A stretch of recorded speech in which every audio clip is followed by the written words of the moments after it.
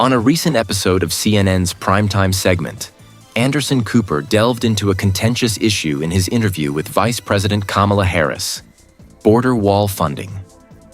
Against the backdrop of growing debates about immigration policy, this interview provided a crucial lens into the administration's stance on one of America's most polarizing topics: border security. Cooper's questions sought clarity on the Biden administration's approach, especially in light of its campaign promise to halt wall construction. Cooper's line of questioning was direct and incisive, characteristic of his investigative style. With immigration surges continuing at the U.S.-Mexico border and concerns from both Republicans and Democrats about handling immigration challenges, Cooper aimed to clarify Harris's, and by extension, the administration's position on using federal resources for border infrastructure. Harris, who holds the designated title of Border Czar, has been involved in the broader immigration strategy, but had yet to deliver concrete insights into the administration's stance on funding for additional wall construction. This interview, therefore, was an opportunity for the administration to address what many see as a policy contradiction and to communicate its immigration approach more transparently to the public. The Biden administration's stance on the border wall has been a source of contention and confusion. During his campaign, President Joe Biden firmly opposed the border wall project initiated under President Donald Trump, calling it an ineffective, costly, and outdated solution to a complex problem.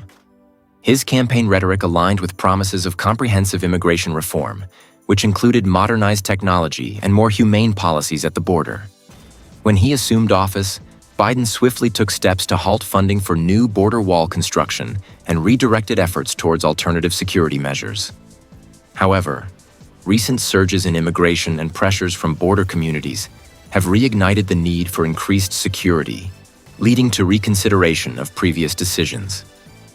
Harris, as the public face of the administration's immigration policies, has defended a comprehensive approach to immigration, arguing that economic and political factors in Central and South America also need to be addressed.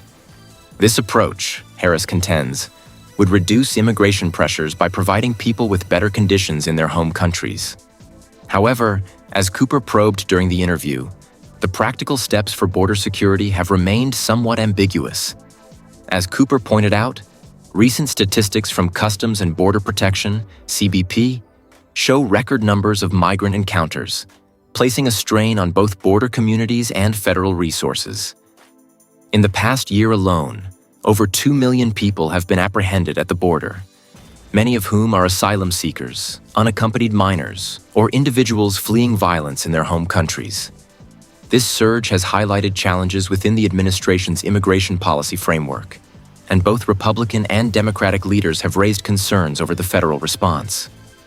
For Republicans, the rise in illegal border crossings is often framed as a failure of the Biden administration to secure the nation's borders. GOP leaders argue that Biden's reversal of Trump-era policies, including halting border wall construction, sent a signal of leniency that exacerbated immigration challenges. Meanwhile, moderate Democrats, especially those in border states, have also begun voicing frustrations, urging the administration to take stronger action to address the immediate issues at the border. The internal Democratic rift has placed additional pressure on Harris, whose role in leading immigration reform has come under scrutiny as Cooper questioned her directly about the effectiveness of their policies. Throughout the interview, Cooper posed pointed questions to Harris about the allocation of federal funds for border security, directly asking if there had been a shift in the administration's policy on the wall. Harris responded by emphasizing that the administration remains committed to finding long-term solutions beyond the wall, stressing that it seeks to address root causes of migration by supporting economic stability in Central and South America. Yet Harris also acknowledged the current pressures on border communities, stating that immediate steps are necessary to mitigate the humanitarian and logistical crises at the border. Cooper followed up by pressing for specifics, asking whether funds would be allocated toward physical barriers as part of a broader security package. Harris, while carefully choosing her words, implied that limited physical structures could be necessary in strategic locations, but reiterated that the administration does not view the wall as a singular solution. The interview sparked immediate reactions from both political sides. Republicans seized upon Harris's comments as an admission that the administration had backtracked on its commitment to end wall funding, while some left-leaning commentators criticized what they saw as an inconsistency in Biden's campaign promise. Fox News commentators framed the interview as evidence of the administration's failure to effectively manage immigration issues, with headlines suggesting that Harris's statements revealed contradictions between campaign rhetoric and real-world policy needs. Democratic leaders, meanwhile, had mixed reactions. Progressives voiced frustration that Harris seemed open to reconsidering physical barriers, arguing that the party should focus on humanitarian solutions and invest in processing facilities and legal pathways instead. Centrist Democrats, on the other hand, welcomed the comments, seeing them as a necessary acknowledgement of the complexities involved in managing border security. They viewed Harris's responses as pragmatic, particularly given the pressures border states face. The interview with Cooper highlighted an important shift in the conversation on U.S. immigration policy. While political rhetoric often centers on absolutes, either open borders or wall-based security, the reality is that most administrations, including Biden's, must walk a tightrope between enforcement and compassion. As Cooper pointed out, the Biden administration's handling of immigration reveals that some degree of border infrastructure may be necessary, though Harris remains reluctant to classify this as a policy change. Instead, she argued that their efforts continue to focus on technology, humanitarian aid, and regional stability. Still, this nuanced position brings up questions about the future of immigration reform.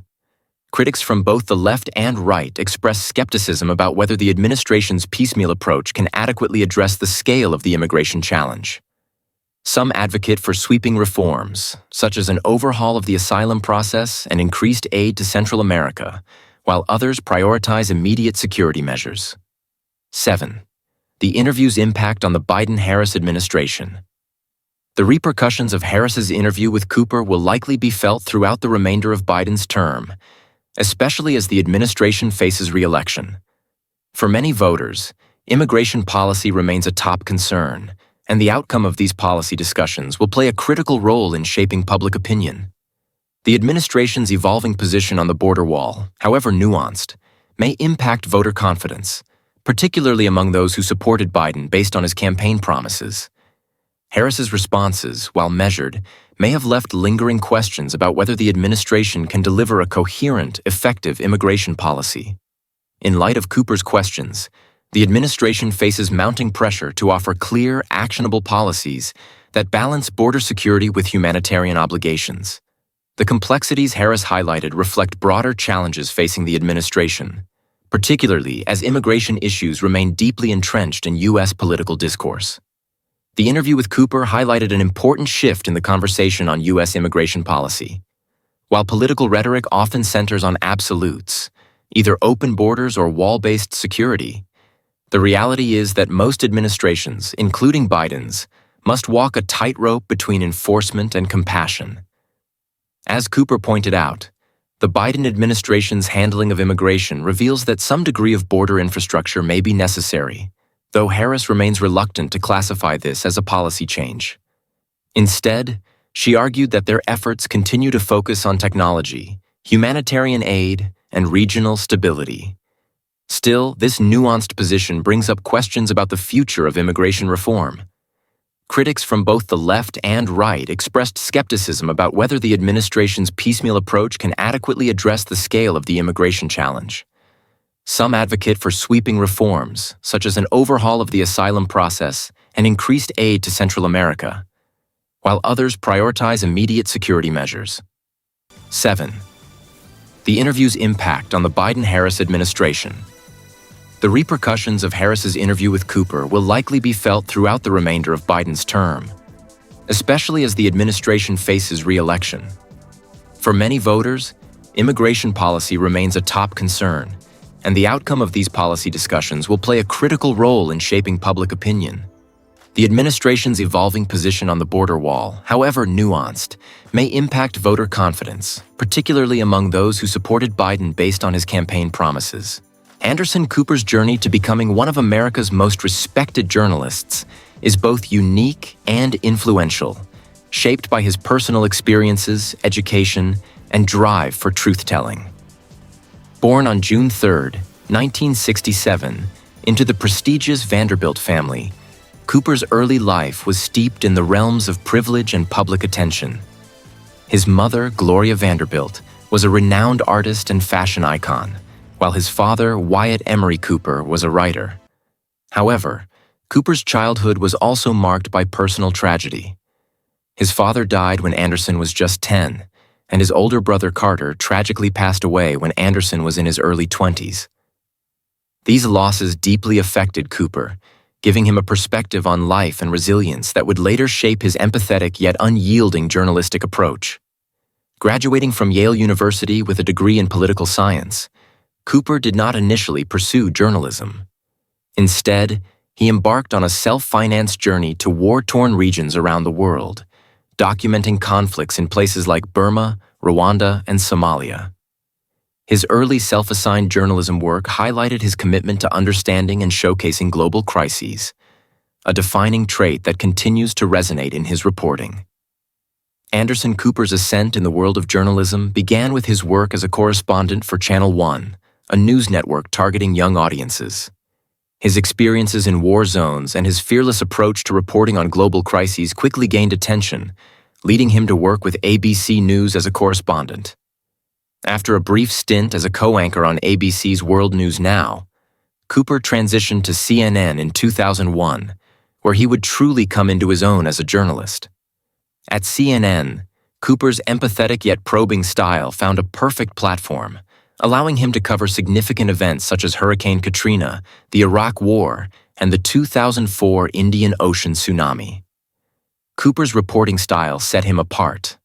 His ability to convey the human aspects of crises resonated deeply with viewers, who saw in him a journalist who not only reported the facts, but also shared in the emotional gravity of events.